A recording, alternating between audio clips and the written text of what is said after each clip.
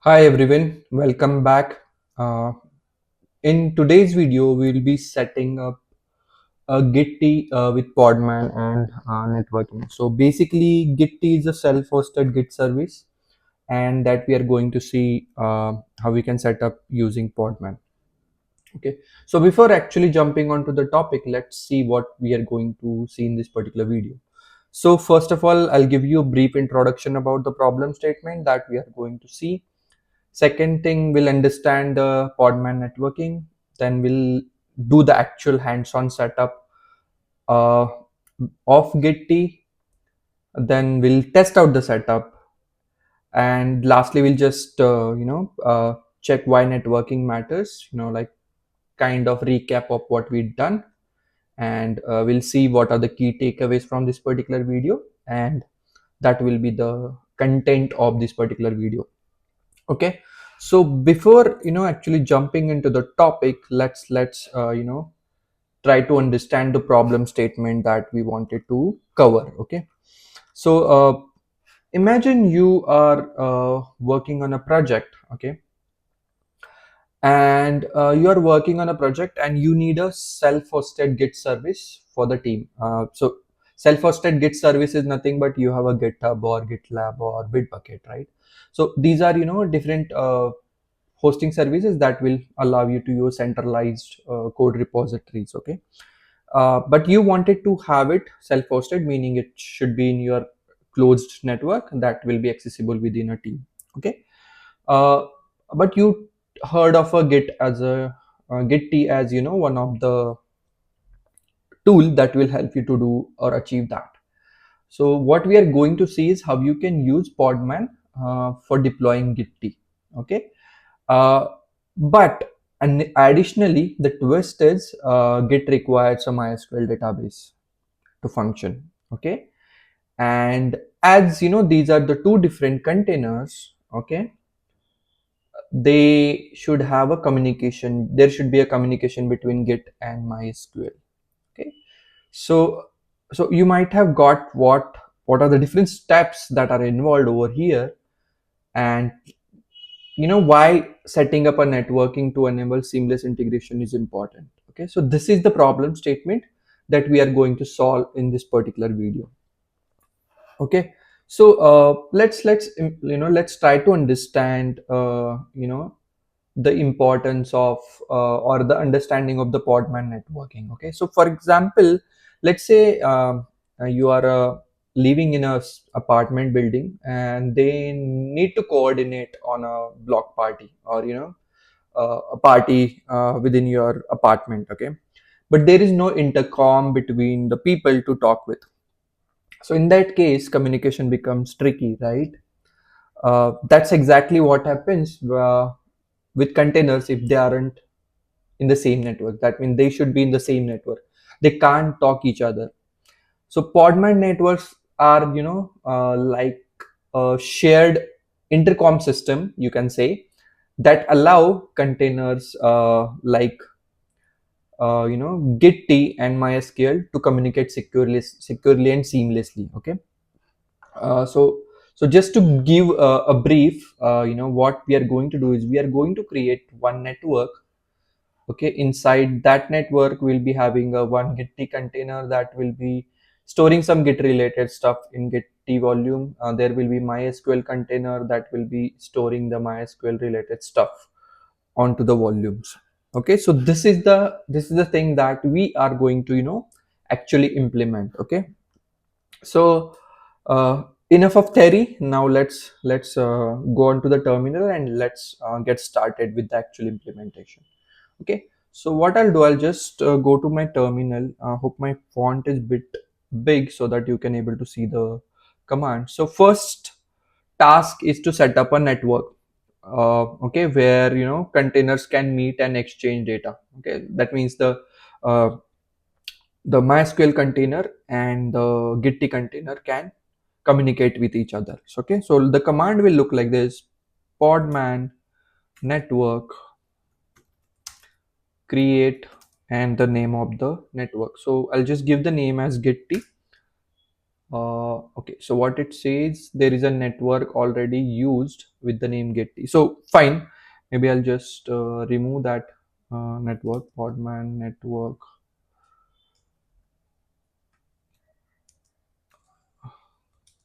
RM Getty. Let me just now recreate it, okay, just to show you that. So if you could see, it has created one network. Okay, now next step is to, the backbone, that is something, and that is nothing but setting up a database. Okay, so in order to get the service to work, we need a database to store all its data.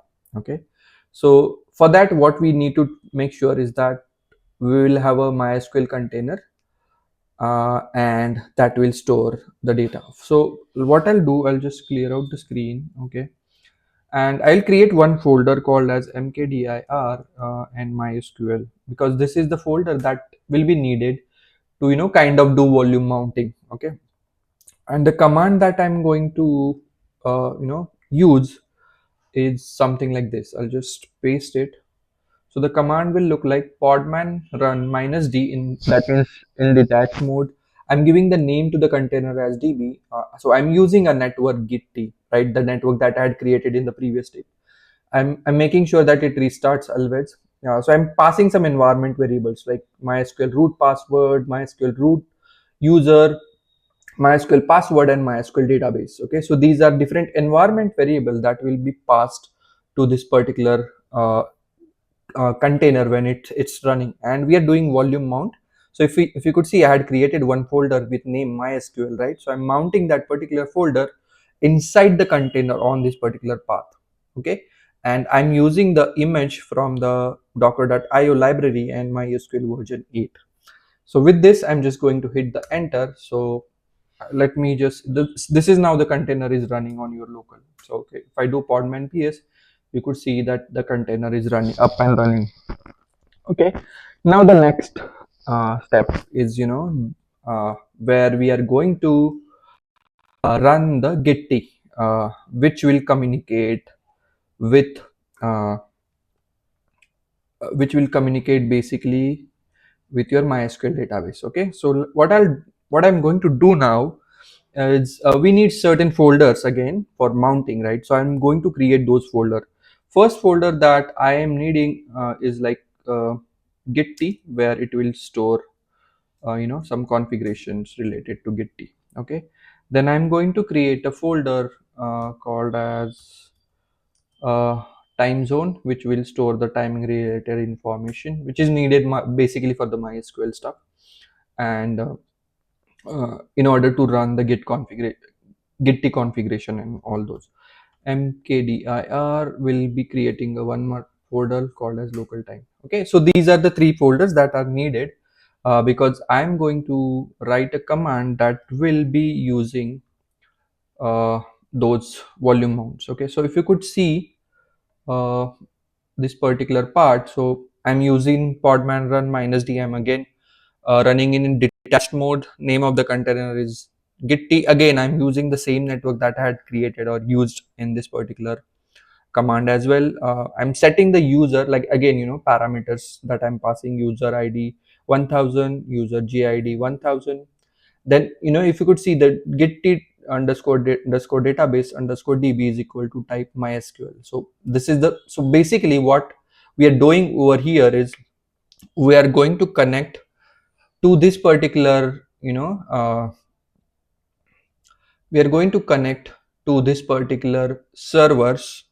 Okay, if you could see the host as a db, this is nothing but the name of the container that we are giving, and the port on which it will be. So basically, this particular container, the Gitea container, it's communicating with this database, MySQL database, with its host name followed by the port number of MySQL. Again, we are specifying the Git username, Gitea database username, which is nothing but the MySQL username and password. Okay, so again, we are doing some volume mount. Here, if you could see, I am using a Gitea. This is the folder it will be mounted. Similarly for time zone, and similarly for local time.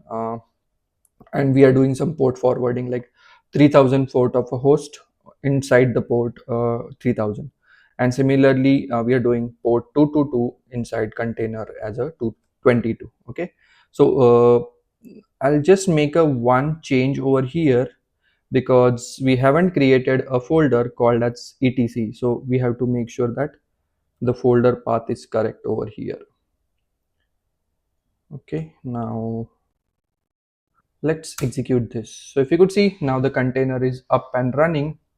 Let's validate that whether it's working as expected or not. Okay, so what I'll do, quickly open up the browser. I will navigate it to localhost colon 3000. So if you could see, it is starting up the git this service basically. Okay, and let me just go ahead and click on install git, and so if you could see, it is loading up and it is asking you for sign in. So if you could see, it's like a, you can see, right, git repositories, users, organization. So you are, it's like a GitHub on your local system. Okay, pretty cool, right? Now just to test out, what I'll do, I'll just create one user. Let's say vir1109, email address and some password, and I'll just create a account. Oh, sorry, I think my password didn't match. Cool. If you could see, my account is created. There are no repositories. What I'll do quickly is I'll create a new repository. Let's say test repo. Okay, I'll just create this repo. And what we can do now, well, what I'll do, I'll just go to my, uh, you know, uh, projects, and if I could see if there is any folder or a project that I can push. Okay, so let me just see. So I have this particular project. Okay, so what I'll do now, I wanted to push this to this particular repository. Okay, so I'll just copy this. I will add this as a remote origin.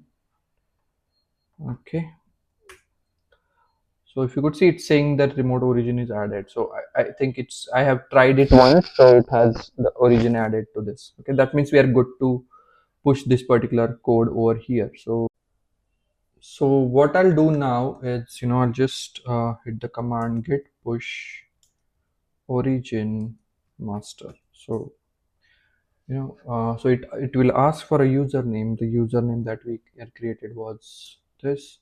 It will ask for the password. We'll enter the password, and if you could see, it has pushed the branch. And let me go ahead and check it on the browser. Let's see, we had pushed it to test repo, and if you could see, the code is now here available. And if you could see the commit history and everything, you will be able to see over here. So this is the thing that I wanted to cover in this particular video. Okay, and before actually closing out, I'll just quickly have a quick recap of what we had learned. uh, so basically, first of all, we had saw the problem statement.